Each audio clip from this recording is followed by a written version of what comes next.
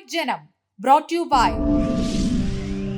Pawans, the first choice of the parents for the best education. Powered by Medax Medical Care,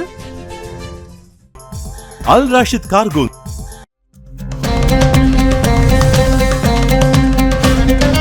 നമസ്കാരം, Kuwait ജനതയുടെ പുതിയൊരു അധ്യായം ആരംഭിക്കുകയാണ്. എല്ലാ പ്രേക്ഷകർക്കും സ്വാഗതം.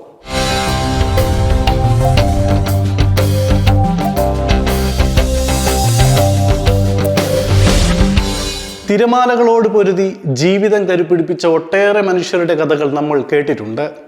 എന്നാൽ കടലിലെ ഉപ്പുകാറ്റേറ്റ് വാടിപ്പോകാതെ ആ കടലിനേക്കാൾ വലിയൊരു മനസ്സ് സ്വന്തമാക്കിയ ഒരു മനുഷ്യൻ്റെ കഥയാണിത്.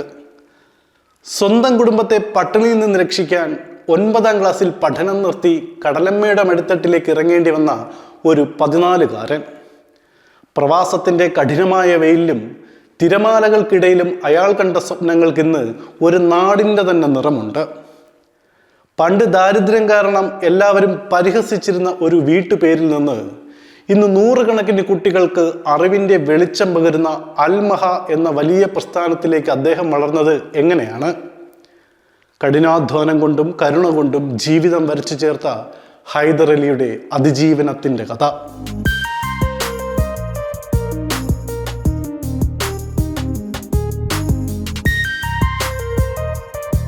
തമിഴ്നാട്ടിലെ ഒരു സാധാരണ മത്സ്യത്തൊഴിലാളി കുടുംബം. 9ാം ക്ലാസ്സിൽ പഠനം നിലച്ചുപോയൊരു ബാലൻ സ്വന്തം ഉമ്മയുടെയും സഹോദരിമാരുടെയും കണ്ണീരൊപ്പാൻ പഠനം നിർത്തി ഖത്താറിലേക്ക്. അന്ന് അവൻ്റെ മുന്നിൽ ഒരേ ഒരു ലക്ഷ്യമേ ഉണ്ടായിരുന്നുള്ളൂ: ദാരിദ്ര്യത്തിൻ്റെ തിരമാലകളിൽ നിന്ന് തൻ്റെ കുടുംബത്തെ കരകയറ്റുക. അവിടെയും കാത്തിരുന്നത് കടൽ തന്നെയായിരുന്നു. 50 കിലോ ഭാരമുള്ള റാൽ ബോർഡുകൾ വെള്ളത്തിൽ നിന്ന് ഉയർത്തുമ്പോൾ അത് 100 കിലോയോളം ഭാരമാകും. ആ കഠിനാധ്വാനമായിരുന്നു അവൻ്റെ കരുത്ത്. ரொம்ப கஷ்டப்பட்டு அங்கே கடலுக்கு போனால் எல்லோரும் சிறு பிராயத்தில் வந்திருக்குன்னு எங்கன்னு இந்த கடலில் மீன் பிடிக்குன்னு என்கிட்ட எல்லோரும் கேட்பாங்க. அப்போ நான் என்னுடைய கஷ்டத்தை நினச்சா அது தெரியாது. ரொம்ப கஷ்டம். நல்ல காற்று நேரத்தில் அந்த இறால் மடி பிடிக்கிறேன்னா ரொம்ப கஷ்டம்.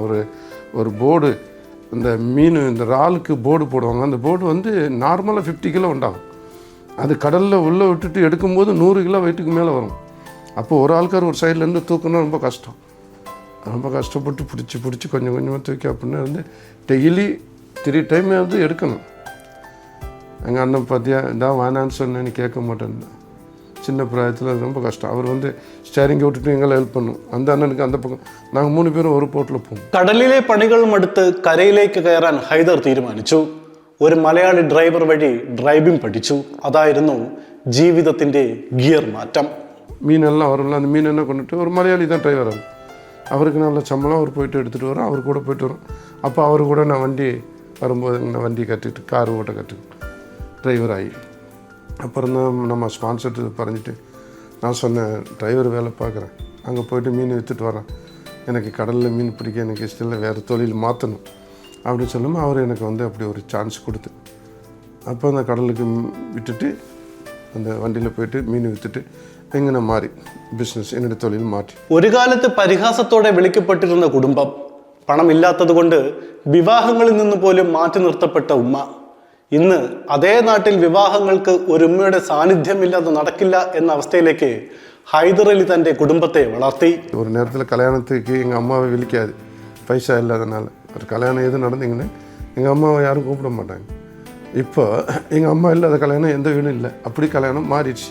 எல்லாருக்கும் போட்டு கல்யாணம் நடத்தும். எங்கள் அம்மாவுடைய ஆசீர்வாதம் வேணும். அப்போ எங்கள் அம்மா வேண்டான்னு சொன்னேன். அந்த வீடெல்லாம் இன்றைக்கி எங்கள் அம்மா வேணும். അങ്ങനെ நான் மாற்றி അപ്പോൾ எங்களோட வீடில் ஒரு பட்ட பேர் உண்டாகும். மலையாளத்தில் கேரளாவில் எல்லாத்தையும் வீட்டுக்கும் ஒரு வீடு உண்டு, பட்ட பேர் உண்டாகும். அந்த பேர் எங்கள் வீட்டுக்கும் உண்டு. பூனைக்குட்டி வீடுன்னு சொல்லுவாங்க. அந்த கேட்ஸ் ஹவுஸ்ன்னு சொல்லுவாங்க. அந்த வீடு எனக்கு கூட அது இஷ்டம் இல்லை அந்த பேர். அப்போ நான் ஒரு பிஸ்னஸ் அங்கே ஒன்று தொடங்கி அப்போ மகா எம்இஏ எங்கள் அப்பாவோட பேரும் முகமது ஹசனால் ஹைதர் அலி எம்இஹெச்ஏன்னு போட்டு மகான்னு போடும்போது அப்போது ஒரு கடவுளை நாங்கள் அல்லாவை கும்பிட்றதுனால ஏஎல்னு அல்லாவை சேர்த்துட்டு அல் மகான்னு சேர்த்து ஒரு ബിസിനസ് ഒരു ട്രസ്റ്റ് ഒന്ന് ഫസ്റ്റ് ഉരുവാക്കി. പരിഹാസങ്ങളെയും ദാരിദ്ര്യത്തെയും തൻ്റെ കഠിനാധ്വാനം കൊണ്ട് തോൽപ്പിച്ച ഹൈദർ അലി ഇന്നൊരു നാടിനെ തന്നെ പ്രതീക്ഷയാണ്. തിരമാലകൾ എത്ര ഉയരത്തിൽ വന്നാലും തളരാത്ത ഈ മനസ്സ് നമുക്ക് നൽകുന്നത് വലിയൊരു പാഠമാണ്. താൻ അനുഭവിക്കാത്ത വിദ്യാഭ്യാസം തൻ്റെ നാട്ടിലെ കുട്ടികൾക്ക് ലഭിക്കണമെന്ന ആഗ്രഹത്തിൽ നിന്നാണ് അൽമഹ ട്രസ്റ്റ് ജനിക്കുന്നത്. ആലിം കോഴ്സ്, കമ്പ്യൂട്ടർ ക്ലാസുകൾ, തയ്യൽ പരിശീലനം എല്ലാം പൂർണ്ണമായും സൗജന്യം.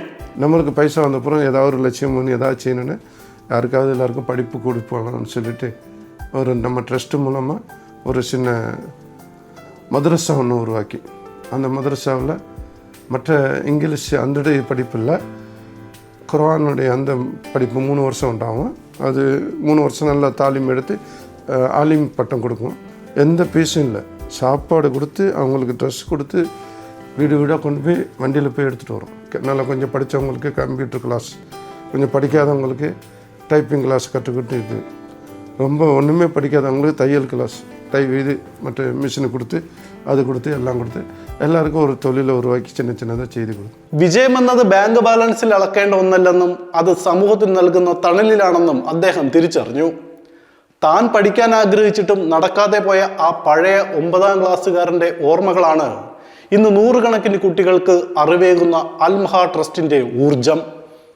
വിജയത്തിൻ്റെ കൊടുമുടിയിൽ നിൽക്കുമ്പോഴും തൻ്റെ ചുറ്റുമുള്ളവരുടെ വിശപ്പറിയാൻ ഹൈദരലി മറന്നില്ല. താൻ പഠിച്ച മദ്രസയിലെ കുട്ടികൾക്ക് ഉച്ചഭക്ഷണം നൽകിക്കൊണ്ട് തുടങ്ങിയ ആ കാരുണ്യയാത്ര ഇന്ന് 100 കണക്കിന് കുടുംബങ്ങൾക്ക് പ്രതിമാസ പെൻഷൻ നൽകുന്ന വലിയൊരു പ്രസ്ഥാനമായി മാറിക്കഴിഞ്ഞു. ஒரு 15 years அந்த போப்ஸ் பத்திரிக்கை தெரியும், துபாயில் இதாக இருக்குது, அது லண்டன் அதோடைய இது எடிட்டிங் இது வரும். ஜிசிசி கண்ட்ரியில் மொத்தம் 100 தொழிலதிபர்கள் எடுக்கும், பிஸ்னஸ்மேன் எடுக்கும். அந்த 100 பேரில் நான் 15 வருஷம் சென்று என்னுடைய பேர் அதில் வருது. 100 ஆள்காரில் நானும் ஒரு ஆள், 73 என்னுடைய நம்பரு. அதில் லூலு யூசுஃபு இன்னும் பெரிய பெரிய ஆள்கார் எல்லாம் வருது. நானே ஷாக் ஆகிட்டு, எனக்கு இது வந்துச்சு, உங்களுக்கு அவார்டு இருக்கும் இந்த வாடிக்கு. அப்புறம் ஒவ்வொரு கண்ட்ரிலையும் எடுக்கும். குவைத்தில் 6 பேர், துபாயில் 28 பேர், அப்படி இப்படி இன்னும் 100 பேர் വരും. അപ്പോൾ കുവൈത്തിൽ 6 പേരിൽ ഞാൻ ഒരാൾ. ജീവിതം പലപ്പോഴും ഒരു വലിയ വൃത്തമാണ്. ഒരിക്കൽ ആട്ടിയകറ്റിയവരുടെ മുൻപിൽ കാലം നമ്മെ കൊണ്ടുചെന്നെത്തിക്കും. ഖത്താറിലെയും കുവൈറ്റിലെയും കഠിനമായ ഡ്രൈവർ ജോലികൾക്കിടയിൽ വിസാ പ്രശ്നങ്ങൾ കാരണം ജോലി നിഷേധിക്കപ്പെട്ട ഒരു കാലമുണ്ടായിരുന്നു ഹൈദരലിക്ക്. എന്നാൽ 15 വർഷങ്ങൾക്കിപ്പുറം ലോകമാദരിക്കുന്ന ഫോബ്സ് മാഗസിൻ ഗൾഫിലെ ഏറ്റവും മികച്ച 100 ബിസിനസ്സുകാരുടെ പട്ടിക പുറത്തുവിട്ടപ്പോൾ അവിടെ അദ്ദേഹം തൻ്റെ സ്പോൺസറുടെ പേരിനൊപ്പമോ അതിന് മുകളിലോ സ്വന്തം ഇടം കണ്ടെത്തി. അന്ന് ജോലി നൽകാൻ മടിച്ച സ്പോൺസറോട് അദ്ദേഹം പറഞ്ഞ വാക്കുകൾ ഏതൊരു പോരാളിക്കും പ്രചോദനമാണ്. അപ്പോൾ அந்த லிஸ்ட்டு படித்து பார்த்தா ஃபஸ்ட்டு ஒரு யூசுஃபு, 2வது மார்பல் கடை, அங்கே இது எல்லோரும் வந்து 5வது ஆள்கார் யாருன்னா நம்ம கிட்க ஓனரு, நான் வேலை தேடி போனது அவர் இருக்குது. 6வது நான், சாரி 4வது அவர், 5வதுனா 6வது வேறு இந்த மொஹல் மாலவன். அப்போ அவரை பார்த்து எனக்கு ஷாக்காயி, சார் என்ன வருமா, எனக்கு ஞாபகம் இருக்கான்னு, ஐ டோன்ட் நோ அப்படின்னு நான் சொன்னேன். ஒரு 15 வருஷம், ஒரு 18 வருஷத்துக்கு முன்னே உன்ட்டு வேலை கேட்டு வந்தேன், நீ வேலை இல்லைன்னு சொல்லிட்டேன். நான் வந்திருந்தேன்னா உன்ட்டே டிரைவராக இருக்க வேண்டிய ஆயிருக்கும். வேலை இல்லைன்னு சொன்னனால நான் அப்புறம் வெளியே வந்து ரொம்ப கஷ்டப்பட்டு இன்றைக்கி உனக்கு பக்கத்தில் நான் வந்திருக்கும்போது எனக்கு கடவுள் கொடுத்த எனக்கு ஒரு பிரசாதம், ஒரு இறங்குற ஒரு வரம், ஒரு புண்ணியம்னு சொன்னேன். ஐ கான்ட் பிலீவ்டான். அடுத்து சொன்னேன், உண்மை தான் சார், நான் உங்கள்கிட்ட டிரைவராக கேட்டு வந்தேன், நீங்கள் இல்லைன்றனால வந்து பொறுத்து வந்து சின்ன சின்ன பிஸ்னஸ் எடுத்து இன்றைக்கி உங்களோட பக்கத்தில் வந்து உட்காந்துருக்குன்னா நானும் எனக்கு ரொம்ப சந்தோஷமாக இருக்குண்ணே. அப்படியே கை கொடுத்துட்டு அவருண்டு குட் அப்படி சந்தோஷப்பட்டு. ஏன்னா இதெல்லாம் ആണ്ടവൻ നാടുന്ന ഏത് വേണമെങ്കിലും നടക്കണം. കഠിനാധ്വാനം ചെയ്യുന്നവരെ തേടി അംഗീകാരങ്ങൾ ലോകത്തിന്റെ ഏത് കോണിൽ നിന്നും എത്തുമെന്നതിന്റെ തെളിവായിരുന്നു ലണ്ടനിൽ വെച്ച് അദ്ദേഹത്തെ തേടിയെത്തിയ ആ വലിയ ബഹുമതി. ഇംഗ്ലീഷ് ഭാഷ വശമില്ലാതിരുന്നിട്ടും തൻ്റെ മാതൃഭാഷയായ തമിഴിൽ അദ്ദേഹം അവിടെ നടത്തിയ പ്രസംഗം ഏവരുടെയും കയ്യടി നേടി. ലോകം അദ്ദേഹത്തെ ലൈഫ് ടൈം അച്ചീവ്മെന്റ് അവാർഡ് നൽകി ആദരിച്ച ആ അഭിമാന നിമിഷത്തെക്കുറിച്ച്. അന്തந்த നാട്ടിൽ யாரெல்லாம் சாரிட்டி நல்லா செய்தோ, டொனேஷன் கொடுக்குதோ, அவர் சம்பாதிக்கிற பணத்தில் எல்லாத்தையும் தன்னுடைய வீட்டுக்கே, தனக்கே, தன்னுடைய குடும்பம், தன்னுடைய ஃபேமிலிக்கே வச்சுக்கிட்டு இருக்கிறத விட அவர் அதில் எடுத்து புறத்து எத்தனை பேர் கொடுக்குதோ இவங்களும் எடுக்கும். நாங்கள் அதில் பார்க்கும்போது குவைத்தில் வந்து அதை செக் பண்ணும்போது, சர்ச் பண்ணும்போது நீங்களுடைய பேர் தான் எல்லோரும் சொல்லி, அதனால் நீங்களுக்கு தான் அந்த அவார்டு கொடுக்கணும்னு முடிவெடுத்தேன். ஓகே ரொம்ப சந்தோஷம் உண்மை தான் அது நான் செய்கிறது நான் இல்லைன்னு ഓക്കെ അപ്പോൾ അന്ന് അവാർഡിക്ക് ഞാൻ ഇതിന് ഭാഷാ അതിർത്തികൾക്കപ്പുറമാണ് ഹൈദർ അലി എന്ന മനുഷ്യസ്നേഹിയുടെ കീർത്തി. ലണ്ടനിലെ ആദരവേദിയിൽ തൻ്റെ മാതൃഭാഷയായ തമിഴിൽ അദ്ദേഹം നടത്തിയ പ്രസംഗം ഏവരുടെയും നെഞ്ചിൽ തൊടുന്നതായിരുന്നു. സമ്പാദിക്കുന്ന പണത്തിൻ്റെ വിഹിതം മറ്റുള്ളവർക്കായി പങ്കുവയ്ക്കുന്ന അദ്ദേഹത്തിൻ്റെ മനസ്സിനെ ലോകം ലൈഫ് ടൈം അച്ചീവ്മെൻ്റ് അവാർഡ് നൽകി ആദരിച്ചു. ലണ്ടനിലെ ആ അഭിമാന നിമിഷങ്ങളെക്കുറിച്ച് ഹൈദർ അലി വിവരിക്കുന്നു. അങ്ങ് പോனால் என்ன போல் ஒவ்வொரு நாட்டிலேருந்து ஒரு வந்துச்சு ஒரு 25 ஆൾക്കാർ வந்துடும் பெரிய பெரிய ஆൾക്കാർ பிஜேபி சந்தோஷம் மலேசியா ஆப்பிரிக்கா எல்லா நாட்டிலேருந்து வந்துடும் அவரெல்லாம் இங்கிலீஷ் சூப்பராக பேசுங்க நான் மட்டும் தமிழில் பேசு அப்போ நான் சொல்லிட்டேன் அங்கே வந்திருந்து ஒரு 100 ஆൾக்கார் பெரிய பெரிய ஆள் யாராவது தமிழ் தெரிஞ்சால் அவங்க லக்கி எனக்கு இங்கிலீஷ் தெரியாது தமிழில் நான் பேசுவேன் நல்ல விஷயம் பேசுவேன் நான் கொஞ்சம் மோட்டிவாக பேசினேன் தமிழ் தெரிஞ்ச ஆளுக்கெல்லாம் ரொம்ப சந்தோஷப்பட்டு அப்புறம் எல்லாம் அது இங்கிலீஷில் வந்து ரொம்ப இதாகி ഇങ്ങ് വന്ന ഒരുപാട് ആൾക്കാർ നമ്മളെ എല്ലാ അസോസിയേഷനും കൂട്ടി ரொம்ப ഇതാക്കി. തൻ്റെ ബിസിനസ് സാമ്രാജ്യം വളർന്ന കുവൈറ്റ് എന്ന രാജ്യം അദ്ദേഹത്തിന് വെറുമൊരു തൊഴിലിടമല്ല, മറിച്ച് മറ്റൊരു വീടാണ്. അവിടുത്തെ ഭരണാധികാരികളും സാധാരണക്കാരായ ജനങ്ങളും അദ്ദേഹത്തിന് നൽകുന്ന സ്നേഹം സമാനതകളില്ലാത്തതാണ്. കുവൈറ്റിലെ തൻ്റെ സാമൂഹിക ജീവിതത്തെയും അവിടെ ലഭിക്കുന്ന വലിയ അംഗീകാരങ്ങളെയും കുറിച്ച് ഹൈദർ അലി വിവരിക്കുന്നു. തമിഴ് അസോസിയേഷൻ 50ക്ക് മേലെ ഉണ്ട്, കേരള അസോസിയേഷൻ 100ക്ക് മേലെ ഉണ്ട്. ഇങ്ങനെ അസോസിയേഷൻ ഉണ്ടാകുന്നാல ஏது ஒரு சின்ன ப்ராப்ளமாக இருந்தாலும் அசோசியேஷனை போய் அதனால தான் பாருங்கள் ஏதாக இருந்தாலும் யாராக இருந்தாலும் எல்லா மேடையிலும் அறிஞ்சோம் ஏதாவது ஒரு அசோசியேஷனில் ஜாயின் செய்யுங்க. உங்களுக்கு எந்த பிரச்சனை வந்தாலும் அது மூலமாக நீங்கள் எம்பாசியில் போய்ட்டு எல்லாம் செய்ய முடியும். തനിപ്പെട്ട മനുഷ്യനാണ് പോയിട്ട് ഇത് ചെയ്യ കഷ്ടം. ബിസിനസ് തിരക്കുകൾക്കിടയിലും പ്രവാസ ലോകത്തെ ഓരോ പ്രശ്നങ്ങളിലും ഹൈദർ അലി സാന്നിധ്യമാകാറുണ്ട്. ജാതിയോ മതമോ ഭാഷയോ നോക്കാതെ സഹായം തേടിയെത്തുന്ന അസോസിയേഷനുകൾക്കെല്ലാം അദ്ദേഹം താങ്ങായി നിന്നു. റമദാൻ കാലത്തെ തിരക്കേറിയ ഇഫ്താർ സംഗമങ്ങളും മറ്റും അദ്ദേഹത്തിൻ്റെ ജീവിതത്തിൻ്റെ ഭാഗമായി മാറിയത് എങ്ങനെയാണെന്ന് നോക്കാം. 100 അസോസിയേഷനുக்கு நான் ஹெல்ப் பண்ணிட்டு தான் இருக்குது. எனக்கு அவர் பிஸ்னஸ் கொடுக்கும், நானும் அவருக்கு செய்து இங்கே அவர் நம்மளை ஐது இருந்தாலும் இப்போ ஆந்திரா தெலுங்கா இருக்கட்டும், கர்நாடகா இருக்கட்டும், தொழுக்கூட்டாக இருக்கு, நாளைக்கு தொழுக்கூட்டாடைய இஃப்தார் இருக்குது, കേരള ഇഫ്താർ இருக்குது, എല്ലാം இந்த 30 നാളും ബിസി தான். പരിഹാസങ്ങൾക്കും അവഗണനകൾക്കും മുൻപിൽ തളരാത്ത പോരാട്ട വീര്യവുമായി മുന്നേറിയ ഹൈദർ അലി ഇന്ന് വെറും ഒരു ബിസിനസ്സുകാരനല്ല, മറിച്ച് 100 കണക്കിന് പ്രവാസികൾക്ക് തണലേകുന്ന TVS എന്ന വ്യവസായ ശൃംഖലയുടെ ഉടമയും 100 കണക്കിന് കുട്ടികൾക്ക് സൗജന്യ വിദ്യാഭ്യാസം നൽകുന്ന അൽമഹ ട്രസ്റ്റിൻ്റെ അമരക്കാരനുമാണ്. കടലിലെ തിരമാലകളിൽ നിന്ന് തുടങ്ങിയ ആ യാത്ര ഇന്ന് ഗൾഫ് ലോകത്തെ തന്നെ സ്വാധീന ശക്തിയുള്ള വ്യക്തിത്വങ്ങളിലൊന്നായി മാറിയിരിക്കുന്നു.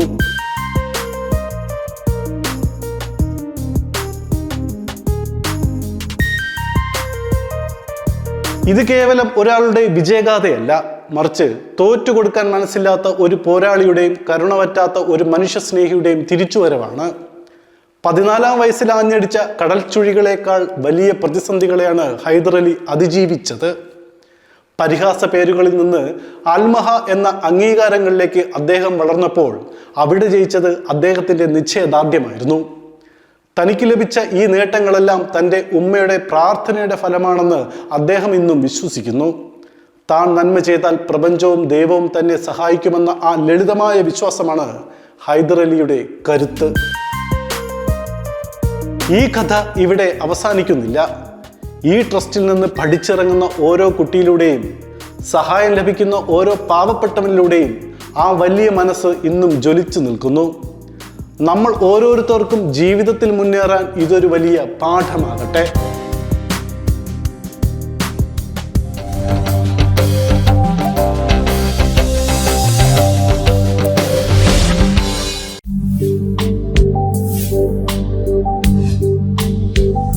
Kuwait Janam, brought to you by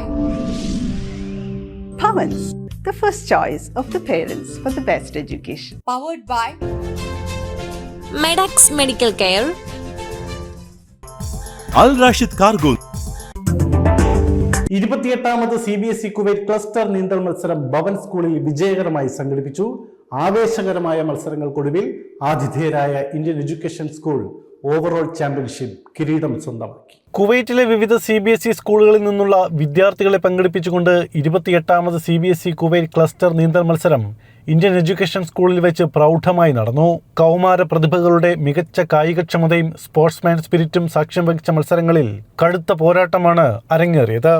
under 17 വിഭാഗത്തിൽ ഡൽഹി പബ്ലിക് സ്കൂളിലെ ഇലീഷ ഡിസൂസ വ്യക്തിഗത ചാമ്പ്യനായി തെരഞ്ഞെടുക്കപ്പെട്ടു. പോയിന്റ് അടിസ്ഥാനത്തിലുള്ള ഓവറോൾ ചാമ്പ്യൻഷിപ്പിൽ 56 പോയിന്റുകൾ നേടി ആതിഥേയരായ ഭവൻസ് ഇന്ത്യൻ എഡ്യൂക്കേഷൻ സ്കൂൾ ഒന്നാം സ്ഥാനം കരസ്ഥമാക്കി. 52 പോയിന്റുകളോടെ ഡൽഹി പബ്ലിക് സ്കൂൾ റണ്ണേഴ്സ് അപ്പായി. 32 പോയിന്റുകൾ വീതം പങ്കിട്ട് ന്യൂ ഇന്ത്യൻ പ്രൈവറ്റ് സ്കൂളും ന്യൂ ഗൾഫ് ഇന്ത്യൻ സ്കൂളും മൂന്നാം സ്ഥാനം സ്വന്തമാക്കി. മത്സരങ്ങളുടെ സമാപന ചടങ്ങിൽ IAS പ്രിൻസിപ്പൽ ആനന്ദ് വിക്ടർ മുഖ്യാതിഥിയായി പങ്കെടുത്ത് വിജയികൾക്കുള്ള ട്രോഫികൾ വിതരണം ചെയ്തു. IASന്റെ ശാരീരിക വിദ്യാഭ്യാസ വകുപ്പിന്റെ പൂർണ്ണ പിന്തുണയോടെ ഓർഗനൈസിംഗ് സെക്രട്ടറി ഡോക്ടർ മുരുകയ്യനാണ് മത്സരങ്ങൾ ഏകോപിപ്പിച്ചത്. ചാമ്പ്യൻഷിപ്പ് വൻ വിജയമാക്കാൻ സഹകരിച്ച വിദ്യാർത്ഥികൾക്കും കോച്ചുമാർക്കും അദ്ദേഹം നന്ദി അറിയിച്ചു. മത്സരങ്ങൾ വിജയകരമായി സംഘടിപ്പിച്ചതിനും മികച്ച പരിശീലനം നൽകിയതിനും കോച്ചുമാരായ ഭാഗ്യ, ഒസാമ, മുത്തു, ദീപ, സുഗുണ, വിമൽ എന്നിവരുടെ കഠിനാധ്വാനത്തെയും ഒത്തൊരുമയെയും ഇന്ത്യൻ എഡ്യൂക്കേഷൻ സ്കൂൾ പ്രിൻസിപ്പൽ പ്രത്യേകം അഭിനന്ദിച്ചു. അന്താരാഷ്ട്ര നഴ്സസ് ദിനത്തോടനുബന്ധിച്ച് കുവൈറ്റിലെ പ്രമുഖ റീറ്റെയിൽ ശൃംഖലയായ ഗ്രാൻഡ് ഹൈപ്പർ പ്രത്യേക ആഘോഷ പരിപാടി സംഘടിപ്പിച്ചു. കുവൈറ്റിൽ നഴ്സുമാരുടെ കൂട്ടായ്മയായ ഇൻഫോക് പ്രതിനിധികളെ ചടങ്ങിൽ ആദരിച്ചു. ലോകമെമ്പാടുമുള്ള നഴ്സുമാരുടെ നിസ്തുലമായ സേവനങ്ങളെ സ്മരിക്കുന്ന അന്താരാഷ്ട്ര നഴ്സസ് ദിനം ഗ്രാൻഡ് ഹൈപ്പർ സമുചിതമായി ആഘോഷിച്ചു. കുവൈറ്റിലെ നഴ്സുമാരുടെ പ്രമുഖ കൂട്ടായ്മയായ ഇൻഫോക് പ്രതിനിധികളുമായി ചേർന്നായിരുന്നു ഗ്രാൻഡ് ഹൈപ്പർ ഫാഹേലിന്റെ പ്രത്യേക ആദരിക്കൽ ചടങ്ങ് സംഘടിപ്പിച്ചത്. ആരോഗ്യരംഗത്ത് നഴ്സുമാർ നൽകുന്ന കരുതലോടെയുള്ള സംഭാവനകളെ മാനേജ്മെന്റ് ചടങ്ങിൽ അഭിനന്ദിച്ചു. Grand hyper CCOO Sharif BC ചടങ്ങ് ഉദ്ഘാടനം ചെയ്ത് സംസാരിച്ചു. സമൂഹത്തിന് നഴ്സുമാർ നൽകുന്ന കരുതൽ വലിയ മാതൃകയാണെന്നും അവരെ ആദരിക്കാൻ സാധിച്ചതിൽ ഗ്രാൻഡ് ഹൈപ്പറിനേറെ അഭിമാനമുണ്ടെന്നും അദ്ദേഹം വ്യക്തമാക്കി.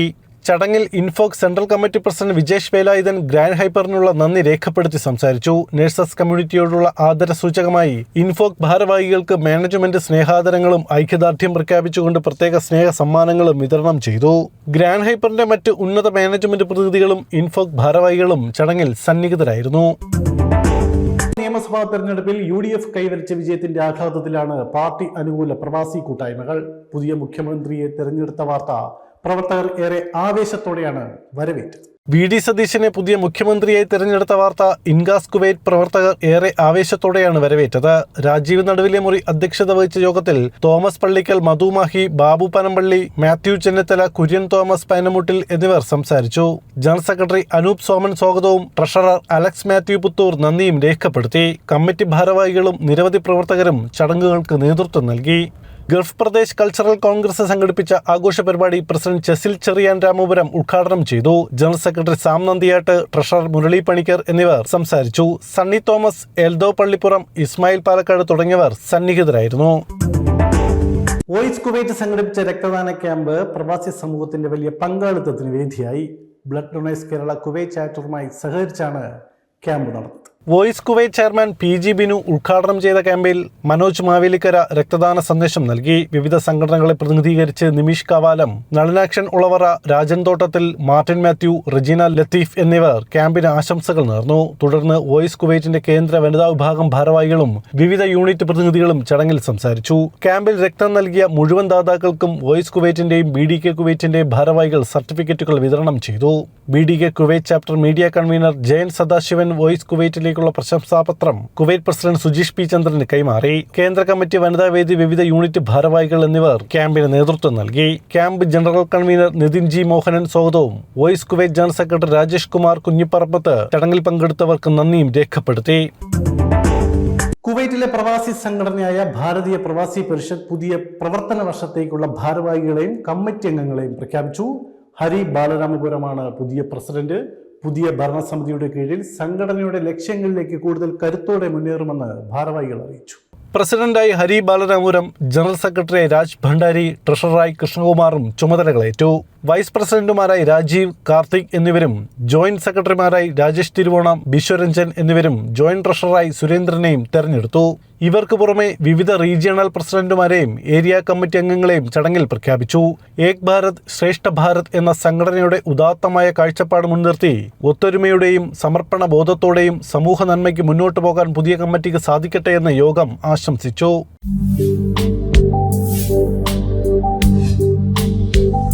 Kuwait Janam, brought to you by Bhavans, the first choice of the parents for the best education. powered by Medax Medical Care, Al Rashid Cargo, കഠിനമായ കാലാവസ്ഥയുള്ള കുവൈറ്റിന്റെ മണ്ണിൽ പുതിയൊരു ജൈവ വിപ്ലവത്തിന് തുടക്കമിട്ടിരിക്കുകയാണ് അൽ കിരിബാനി ഫാം. വംശനാശ ഭീഷണി നേരിടുന്ന ലോകത്തിലെ ഏറ്റവും അപൂർവ ഇനം പക്ഷികളെയും വൈവിധ്യമാർന്ന പഴവർഗ്ഗങ്ങളെയും കുവൈറ്റിന്റെ മണ്ണിൽ വിജയകരമായി വളർത്തിയെടുക്കാമെന്ന് തെളിയിക്കുകയാണ് ഈ ഫാം അധികൃതർ. സന്ദർശകർക്കായി തികച്ചും സൗജന്യമായ പ്രവേശനമൊരുക്കുന്ന ഈ അപൂർവ ജൈവ വൈവിധ്യ കേന്ദ്രത്തെക്കുറിച്ചുള്ള കൂടുതൽ വിവരങ്ങൾ കാണാം.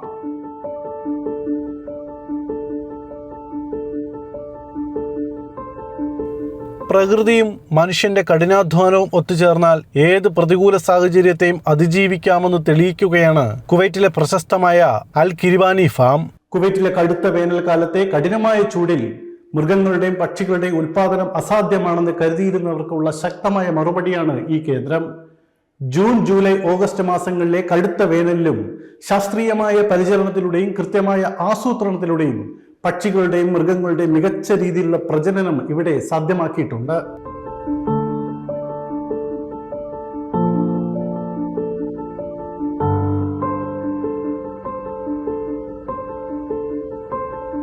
ലോകമെമ്പാടും വംശനാശ ഭീഷണി നേരിടുന്നതും ഏറ്റവും അപൂർവവുമായ ജീവജാലങ്ങളെ സംരക്ഷിക്കുക എന്ന വലിയൊരു ലക്ഷ്യവും ഈ ഫാമിന് പിന്നിലുണ്ട്. ആഗോളതലത്തിൽ നിലവിലുള്ള 1250-ലധികം അപൂർവ പക്ഷിയിനങ്ങളിൽ 500-ലധികം ഇനങ്ങളെ ഇതിനോടകം തന്നെ സ്വന്തം പരിശ്രമത്തിലൂടെ ഈ ഫാമിലെത്തിക്കാൻ ഇവർക്ക് കഴിഞ്ഞിട്ടുണ്ട്. തുരാക്കോ പോലുള്ള ലോകത്തിലെ ഏറ്റവും അപൂർവമായ പക്ഷികൾ ഇന്ന് ഈ കുവൈറ്റ് ഫാമിലെ പ്രധാന ആകർഷണമാണ്. പക്ഷി വളർത്തൽ മേഖലയിലേക്ക് കടന്നു വരാൻ ആഗ്രഹിക്കുന്നവർക്ക് കൃത്യമായ മാർഗനിർദ്ദേശങ്ങൾ നൽകാനും ഈ ഫാം അധികൃതർ ഇപ്പോഴും തയ്യാറാണ്.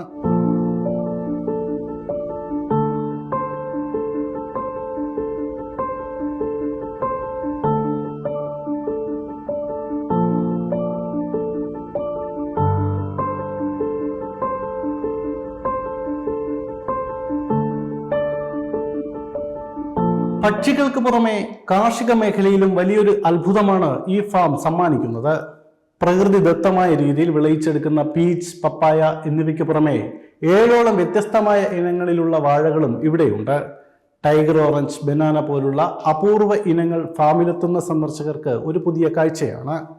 ഫാം സന്ദർശിക്കുന്നവർക്ക് ഇവിടെയുള്ള ഫലവർഗ്ഗങ്ങൾ മരങ്ങളിൽ നിന്ന് നേരിട്ട് പറിച്ചു കഴിക്കുവാനുള്ള പ്രത്യേക അനുവാദവും ഫാം അധികൃതർ നൽകുന്നുണ്ട്.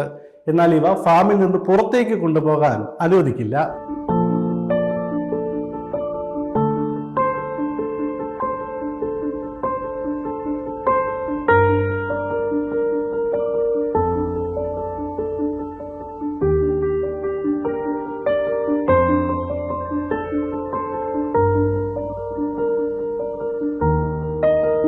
മുതിർന്നവർക്കും കുട്ടികൾക്കും കുടുംബങ്ങൾക്കുമായി ഈ ഫാമിലേക്കുള്ള പ്രവേശനം പൂർണ്ണമായും സൗജന്യമാണ് എന്നതാണ് ഏറ്റവും വലിയ പ്രത്യേകത. സന്ദർശകരിൽ നിന്നും 1 ദിനാർ പോലും പ്രവേശന ഫീസായി ഈടാക്കുന്നില്ല. ഫാം സന്ദർശിക്കാൻ ആഗ്രഹിക്കുന്ന പ്രവാസികൾ ഉൾപ്പെടെയുള്ള കുടുംബങ്ങൾക്ക് ഇവരുടെ ഇൻസ്റ്റാഗ്രാം, സ്നാപ്ചാറ്റ്, ടിക്ടോക്ക് തുടങ്ങിയ സോഷ്യൽ മീഡിയ അക്കൗണ്ടുകൾ വഴി മുൻകൂട്ടി സമയം ബുക്ക് ചെയ്യാവുന്നതാണ്. വരും വർഷങ്ങളിൽ കൂടുതൽ അപൂർവ ഇനങ്ങളെ ഫാമിലെത്തിച്ച് ഗിന്നസ് റെക്കോർഡ് ഉൾപ്പെടെയുള്ള അന്താരാഷ്ട്ര നേട്ടങ്ങളിലേക്ക് ഫാമിന്റെ പ്രവർത്തനം വ്യാപിപ്പിക്കുവാനാണ് ഫാം അധികൃതരുടെ ലക്ഷ്യം.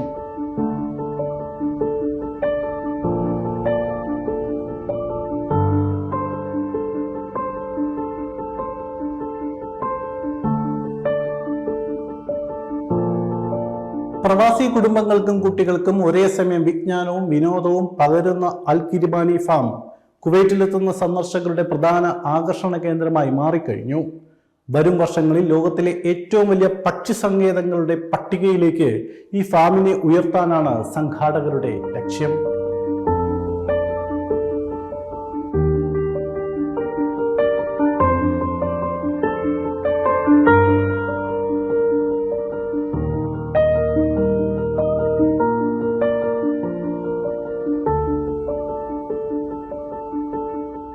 വരും ദിവസങ്ങളിൽ കൂടുതൽ അപൂർവ ഇനം പക്ഷികളെയും സസ്യങ്ങളെയും ഫാമിലേക്ക് എത്തിക്കുവാനുള്ള ഒരുക്കത്തിലാണ് അൽ കിരിബാനി മാനേജ്മെന്റ്. 1 ദിനാർ പോലും ചെലവില്ലാതെ പ്രകൃതിയോട് ഇണങ്ങി ഒരു ദിവസം ചെലവഴിക്കാൻ ആഗ്രഹിക്കുന്നവർക്ക് ഈ ഫാം മികച്ചൊരു അനുഭവം സമ്മാനിക്കും.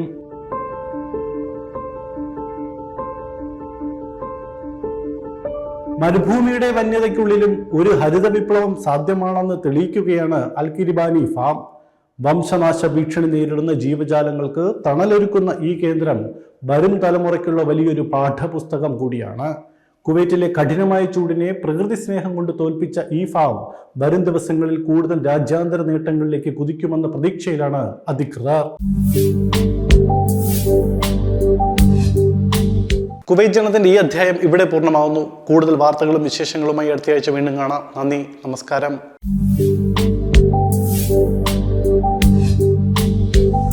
Kuwait Janam, brought to you by Pawans, the first choice of the parents for the best education. powered by Medax Medical Care, Al Rashid Cargo,